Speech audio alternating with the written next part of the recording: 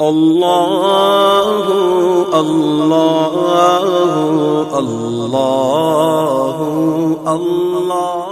بہت بڑی طاقت بنیں گے آپ اگر آپ کو سہنا آ گیا اور برداشت کرنا آ گیا، کیونکہ جب آپ برداشت کرتے ہیں نا تو اندر میں ایک طاقت پیدا ہوتی ہے، وہ طاقت آپ کی روح کو پرواز دیتی ہے اور اگلوں کے لیے تسخیر کا کام دیتی ہے۔ اور اگر آپ پھٹ گئے تو بم کے پھٹنے سے کیا ہوتا ہے؟ تباہی آتی ہے۔ جب آپ پھٹیں گے یا میں پھٹوں گا تو معاشرے میں تباہی آ جائے گی۔ تو اس کے لیے آپ دو چیزوں کا اہتمام فرمائیں۔ ایک، اپنی زبان کی حفاظت فرمائیں۔ آپ اس 400 کے معاشرے میں کوئی غیبت کرنے والا نہ ہو، کوئی جھوٹ بولنے والا نہ ہو، کوئی کسی کو طنز کرنے والا نہ ہو، تانا دینے والا نہ ہو۔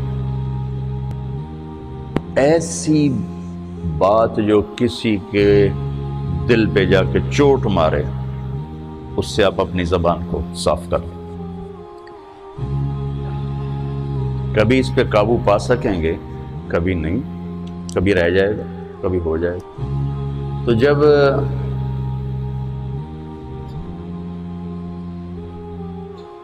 ہاتھ سے نکل جائے بات تو پھر اللہ نے ہمارے لیے توبہ کا دروازہ رکھا ہے۔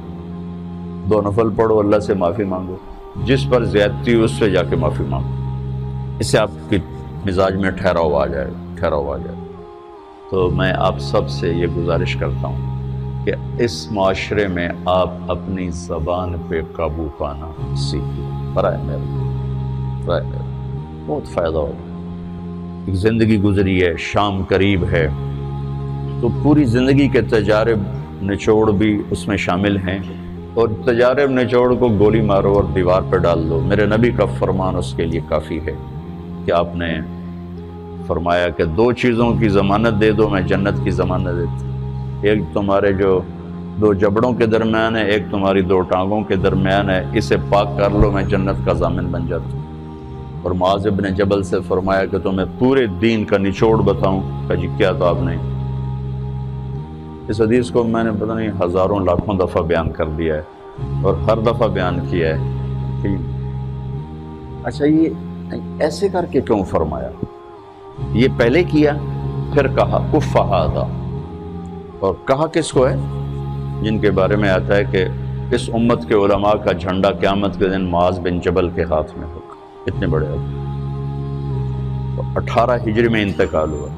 1434 ہجری میں اردن گیا تو ان کی قبر سے خوشبو آ رہی تھی۔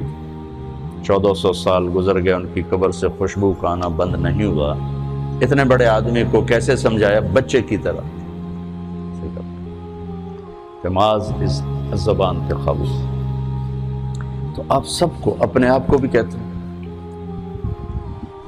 وہ عرب خطیب کہتے ہیں اوصیکم نفسی اولا وایاکم کر کے عام طور پہ خطبہ شروع کرتے ہیں، تو میں بھی اپنے ذات سے شروع کر کے آپ سے یہ عرض کرتا ہوں بچوں کہ اپنی زبان پہ قابو پانا سیکھو۔ یہاں اس کی مشق کر لو۔ یہ چھوٹا سا میدان ہے، چھوٹا، ایک تالاب میں ہے، آپ تالاب، یہاں سے نکل کر آپ ایک سمندر میں کودیں گے جہاں ایک رشتوں کی فہرست ہوگی، تعلقات کی فہرست ہوگی، ناگواریوں کے خوفناک خاردار کانٹے ہوں گے، کہیں کہیں پھول ملیں گے ورنہ کانٹوں سے بھرا جہان ہے۔